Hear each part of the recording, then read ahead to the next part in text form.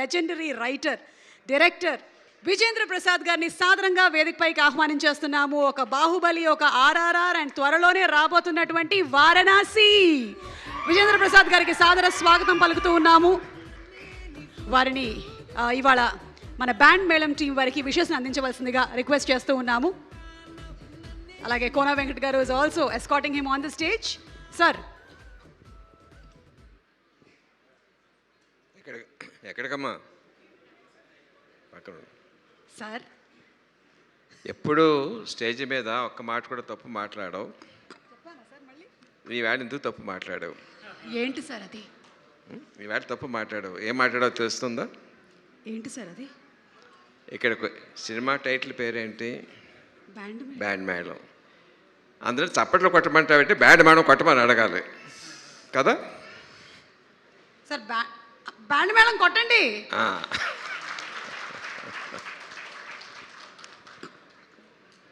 మామూలుగా musical instruments వాయించాలంటే guitar ఒకటి వాయించుకోవచ్చు, తబలా ఒకటి వాయించుకోవచ్చు, లేకపోతే హార్మోనియం వాయించుకోవచ్చు, ఫ్లూట్ వాయించుకోవచ్చు. బట్ 10 మంది వాయించాలంటే వాళ్ళందరి మధ్యన కోఆపరేషన్, కొహెషన్ ఉండాలి. దానికి ఒక కండక్టర్ ఉండాలి. అది ఎంతమంది ఉంటారు? మహా ఉంటే 10 మంది ఉంటారు, 15 మంది ఉంటారు.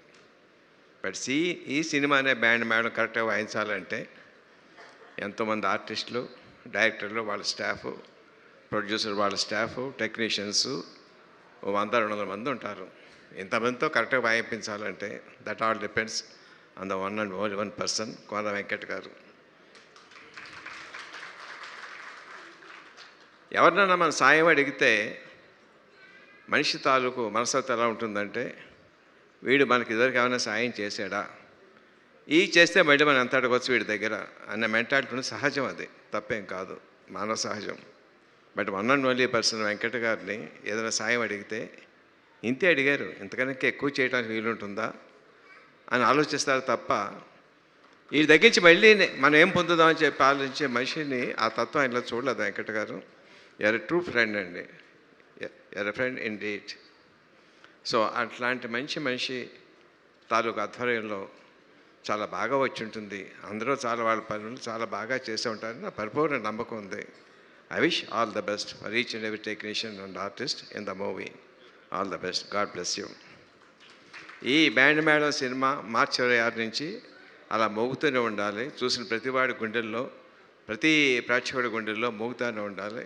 అందరు టెక్నీషియన్స్కి, అందరు ఆర్టిస్ట్కి చాలా మంచి విజయం చేకూర్చాలి. God bless you. సార్, ఒక చిన్న ప్రశ్న సార్. అంటే ఈ స్కూల్కి సంబంధించినటువంటి కథ, అమ్మాయి ఏమో బాగా చదువుకుంటుంది, అబ్బాయికి ఏమో అంతగా చదువు అవ్వలేదు. అంటే మన యాదగిరి రాజమ్మ సంగతి చెప్తున్నాను. మీ స్కూల్ డేస్లో మీరు మెరిట్ స్టూడెంటా సార్? అంటే మెరిట్ స్టూడెంట్తో పోల్చుకుంటే తక్కువ, తక్కువ వాళ్ళతో పోలిస్తే మెరిట్ స్టూడెంట్ని. Same sir. ఓకే. మరి నేను ఎన్నో ప్రశ్న అడగవచ్చా సార్? నేను ఎన్నో ప్రశ్న అడగవచ్చా? అడగండి సార్. ఇందాక అడిగా అబ్బాయి చాలా మంది ట్రై చేస్తే ఎవరికి పడలేదని చెప్పాను, ఎవరు పడలేదు అని చెప్పాను కదా. నువ్వు ఎంతమంది అబ్బాయిలు హార్ట్ బ్రేక్ చేసావు? Long ago. ఏమో సార్, యాక్చువల్లీ ఆడేళ్ళలో చెప్పే ఎవరికి అర్థం కాదు. టెలిఫోన్ డైరెక్టరీ అంత లిస్ట్ ఉంది సార్. ఫర్ చేంజ్ నిజం చెప్పావమ్మా. God bless you. Thank you. Thank you sir. Thank you so much. And thank you so much Vijayendra Prasad గారు. ఈరోజు మీరు ఈ ఈవెంట్కి రావడం, it is really a privilege that having you here, such a legendary writer and director.